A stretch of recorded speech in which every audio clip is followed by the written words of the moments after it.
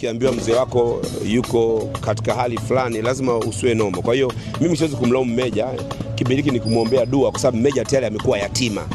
Kwa sisi Waislamu, mtu akiwa yatima anahitaji uangalizi na msaada, haijalishi baba yake amemwachia mali au mama yake amemwachia mali. Ukishakuwa yatima, basi upo kwenye fungu la kuangaliwa. Na hapa ndio nitoe heshima kwa wasanii, maproducer, watu wanaandaa mashow kipindi hiki cha kumtazama Meja. Unapoweka wasanii 10, basi wa 9 wawe Meja, kwa sababu pale utakuwa umepata baraka, kwa sababu ni yatima. Watu ambao wanahitaji msaada haraka na huruma, yatima. Amempoteza mama mwaka jana, sasa hivi amempoteza baba. Kwa kipindi hiki tusimnyoshe kidole, tuwe naye karibu. Hujui anachopitia na nafsi yake ni kipi.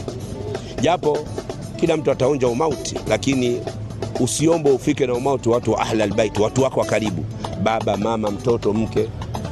Unaweza ukafanya jambo watu wakahisi huyu mtu sio mzima. Kwa hiyo kipindi hiki tusimjadili, tumuombee dua avuke kipindi hiki kigumu, inshallah biidhnillah. Baada ya kuvuka, mambo mengine yatafuata.